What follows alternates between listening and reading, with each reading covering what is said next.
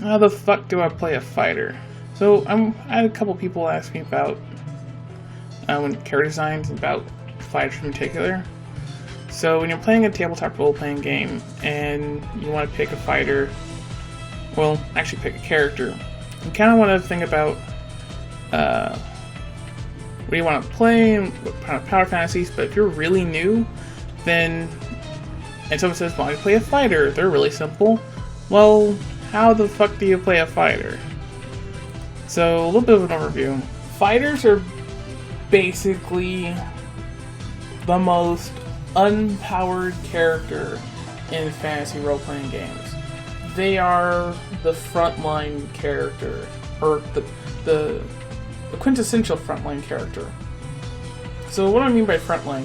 So fighters in general are the heavy armored guys with sword and shield or whatever weapon who are in front, or also known as in melee, with whatever enemy you're fighting.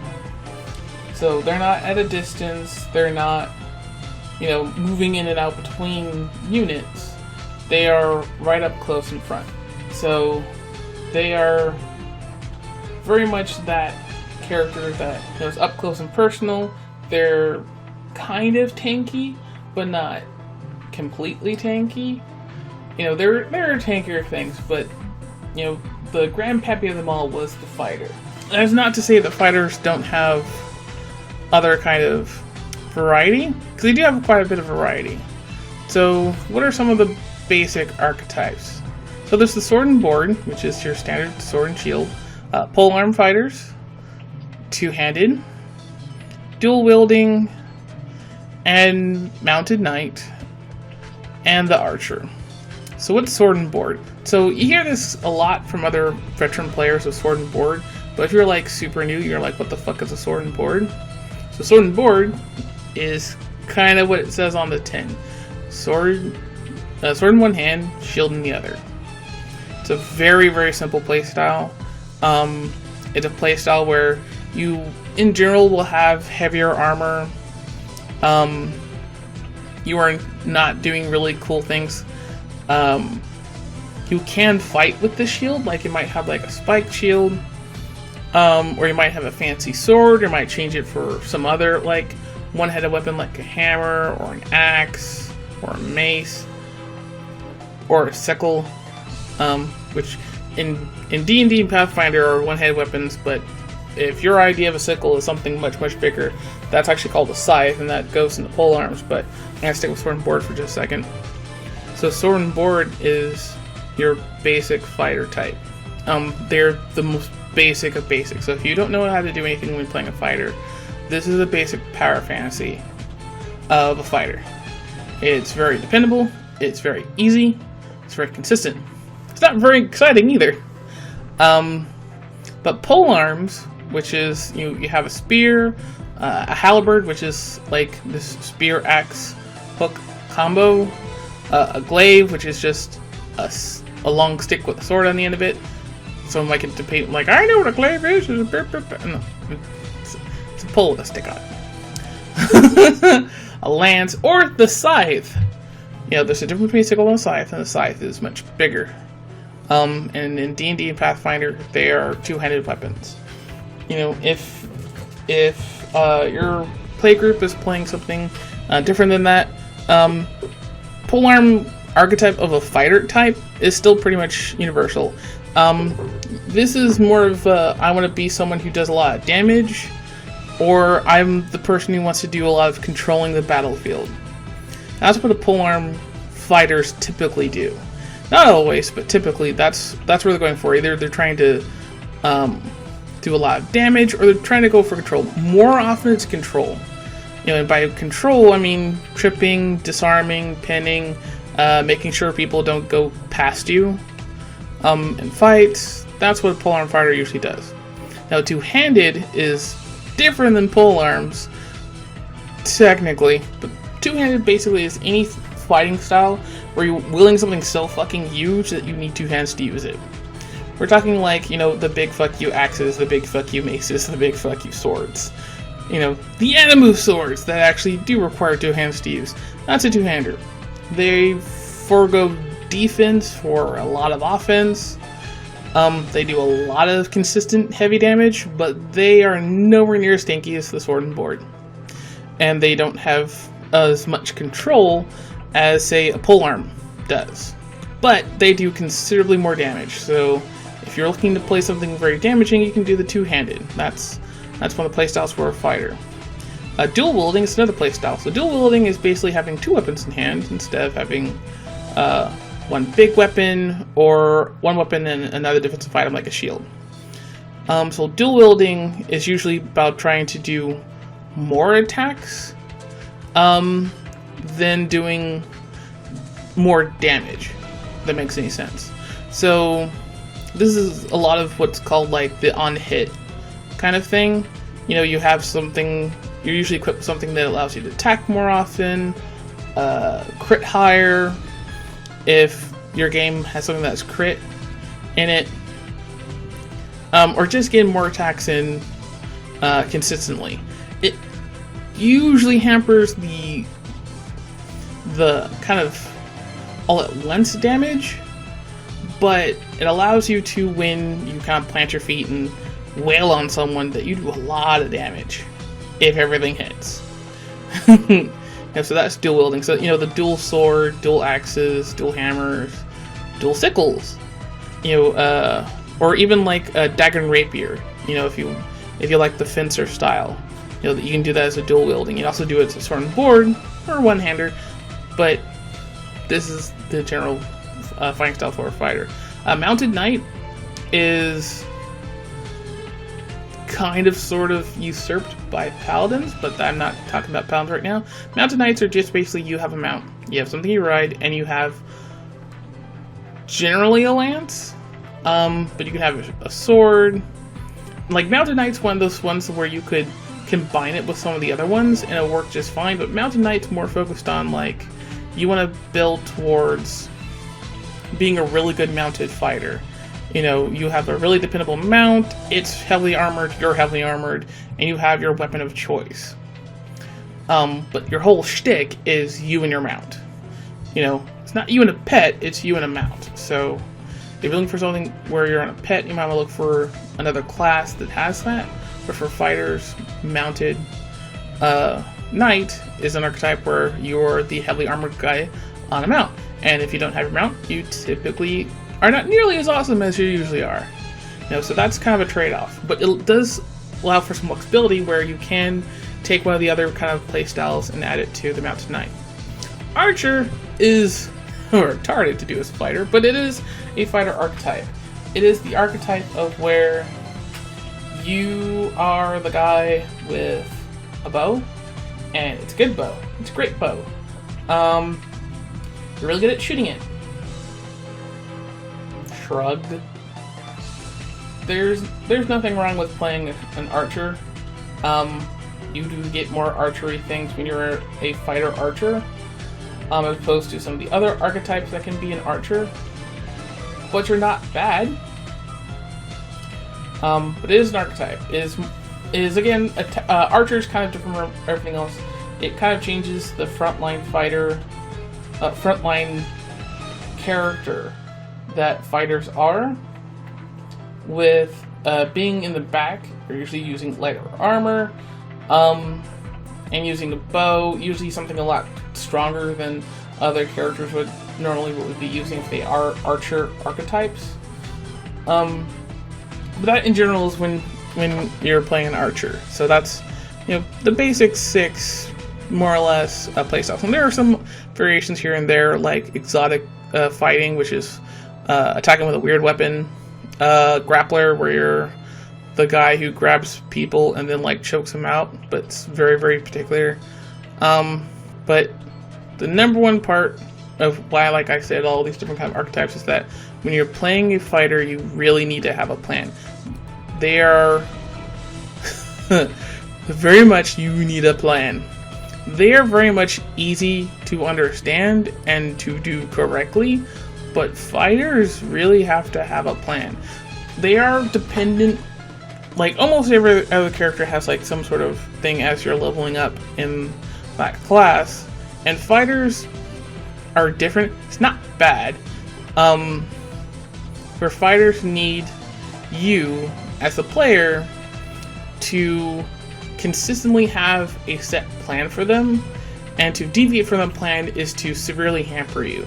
For example, if you're a sword and board fighter and you want to go into dual wielding like halfway through, like you've been a sword and board for a while, and you're like, but I got this other really cool sword, I want to wield both at the same time, I think I'll just do two-handed fighting from now on.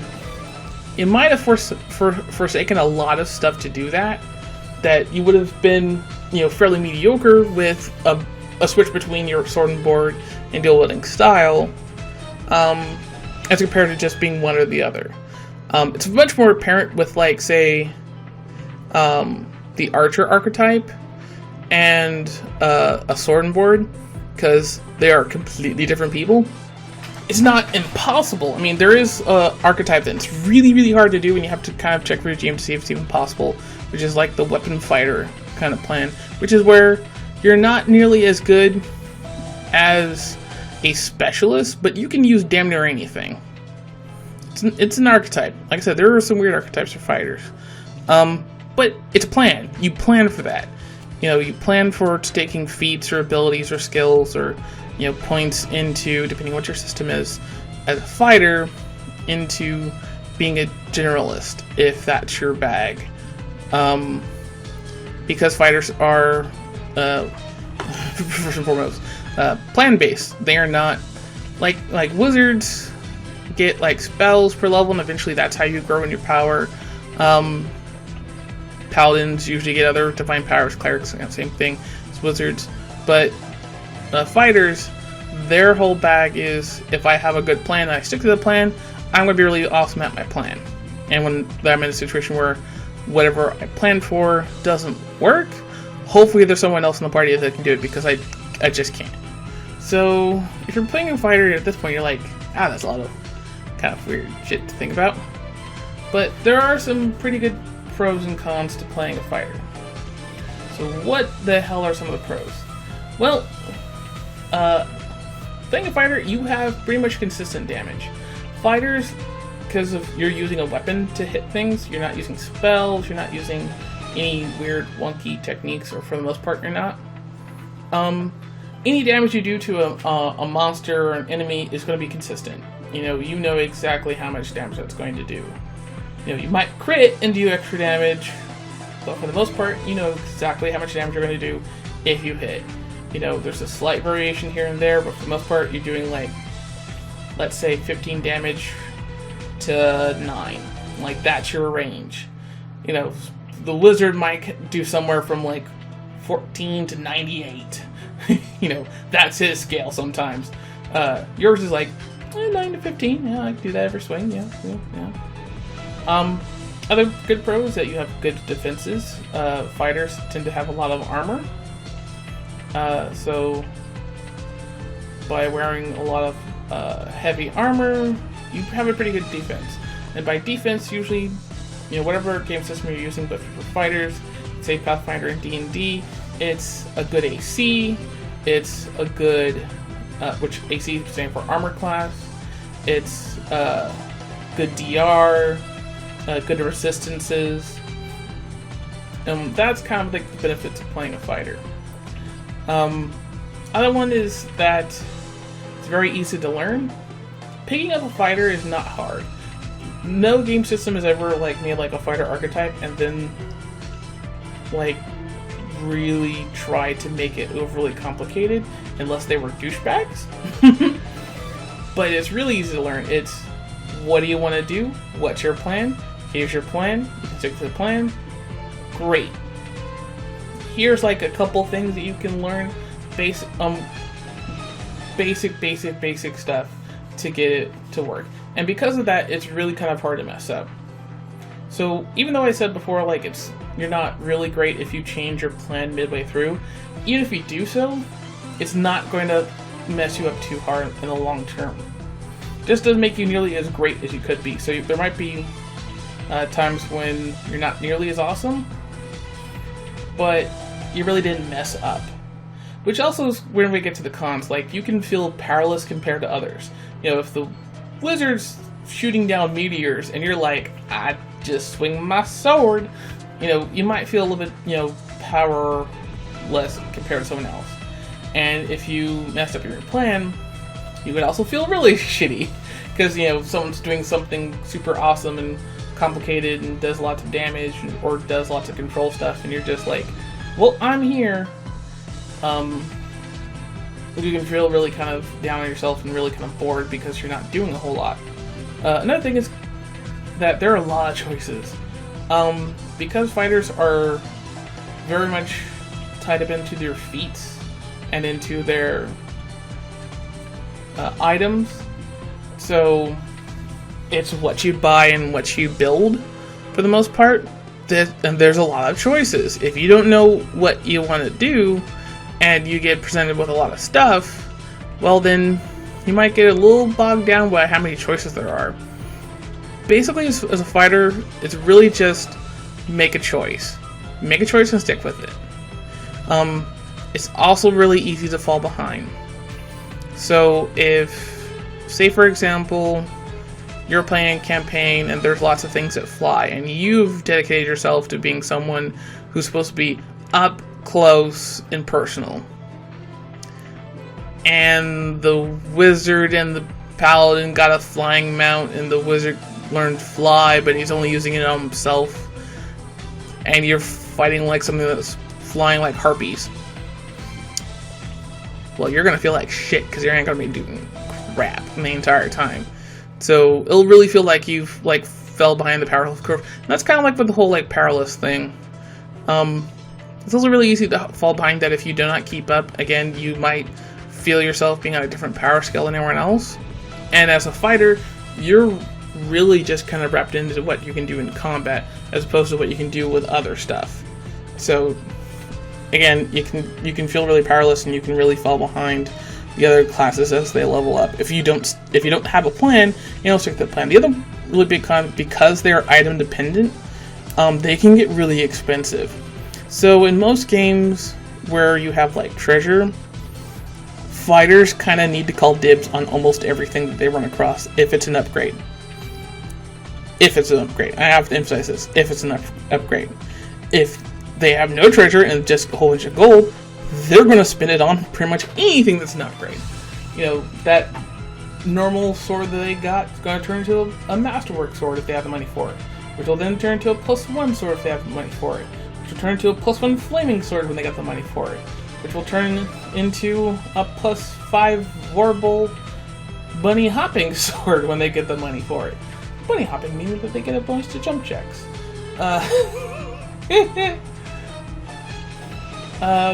You know, that armor is going to change from leather to chain to full plate to adamantine full plate to mithril full plate because it's enchanted, back to adamantine because, you know, you got a special ore and there's lore reasons behind it. You know, they're really item dependent, and this can get really expensive really fast. A lot of materials to get better weapons is the most expensive thing in any game, in any game system really, to pay for. Like scrolls, potions, that's cheap shit. Cool little trinkets that work once and then fuck off somewhere, cheap shit. Going to build a flaming sword that marginally makes you suck less? Here, pay $36,000 for that. You know, and I was like, the wizard only paid like 50 gold for his fucking scrolls, and he's casting meteors. I spent 36,000 and my sword just sucks a little bit less. Yeah, we're the price to kind of keep up with the Joneses. Anyway, some kind of things I have to say about fighters. For the most part, if you're gonna play a fighter, don't feel bad about anything really. Like, when you're playing a fighter, you're basically playing something really, really simple because you don't want to deal with a lot of really, really complicated bullshit. You know, you get... It's a class of +1s. There was an old philosophy back in, I think it was like 3.0, where even if you had just like a whole lot of +1s add up. So if you have a +1 blah blah blah bonus, blah blah blah bonus, blah blah blah bonus, blah blah blah bonus, you know, that's 4, you know, a +4 to doing whatever it is that you're doing, which is better than anything else you were doing. But if you were, you know, only trying to do something complicated that might do more damage, you gotta fuck off. And fighters were kind of about that. I don't think fighters are bad. They're basically the granddaddy of every frontline class that you've ever seen. So any of the swashbuckler, paladin, ranger, monk, bruisery type kind of character archetype. Barbarian, that's what I'm thinking of. Came from the fighter. You know, they were ideas that stemmed from like the grappa. So the fighter class as a whole does feel its age. You know, newer, fancier classes do newer, fancier things. But what makes the fighter fun is that the fighter is consistent. And if you're game master or dungeon master, whatever master, storyteller, isn't a complete asshole, he's going to understand that as someone playing a fighter, that you're going to need the gold and items and just really time to make your character shine. Because if he throws a whole bunch of stuff that you just can't deal with, then he's basically ignored you as a player. You know, and just because he says, well, a paladin would be able to do your job better, well, fuck off, I'm playing a fighter.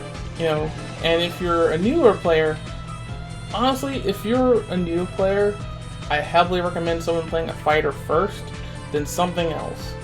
My first class I ever played was like a druid, and holy fuck, I had no idea what I was doing. I like didn't know how to look up the spells, didn't know how to use my abilities. I just didn't understand what the fuck was going on. I really wish I picked a fighter, because the fighter would have been just like, you hit something with the sword, GG. So that's why I like fighter. So that's kind of how the fuck you play a fighter. Doesn't make fighters bad, just makes them weird. That's gonna do it for me, and I'm going to do my little dance. Yay! I like my little dance.